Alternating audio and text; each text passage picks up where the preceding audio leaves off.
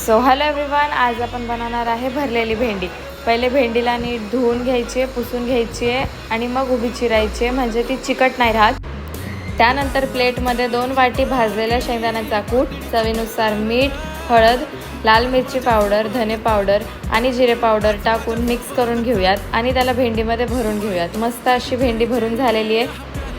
आता आपण घेऊयात कढईमध्ये तेल, जिरी मोहरीची फोडणी देऊयात आणि त्याच्यात टाकूयात मसालेदार भेंडी आणि मी ह्याच्यात भेंडीचा राहिलेला मसाला पण टाकलेला आहे।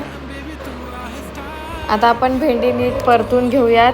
त्याच्यावरती 10 ते 15 मिनिटासाठी झाकण ठेवून तिला नीट वाफवून घ्यायची आहे। मस्त मसालेदार खमंग भेंडी रेडी आहे। इथे मम्मीने पुऱ्या लाटल्या होत्या, सो मी त्याला तळतीये। मस्त फुगल्यात पुऱ्या गरम गरम। आता इतकी भूक लागली आहे, मस्त गरम गरम भेंडीची भाजी, पुरी आणि पापड। सो भेटूयात नेक्स्ट व्हिडिओमध्ये। Bye bye.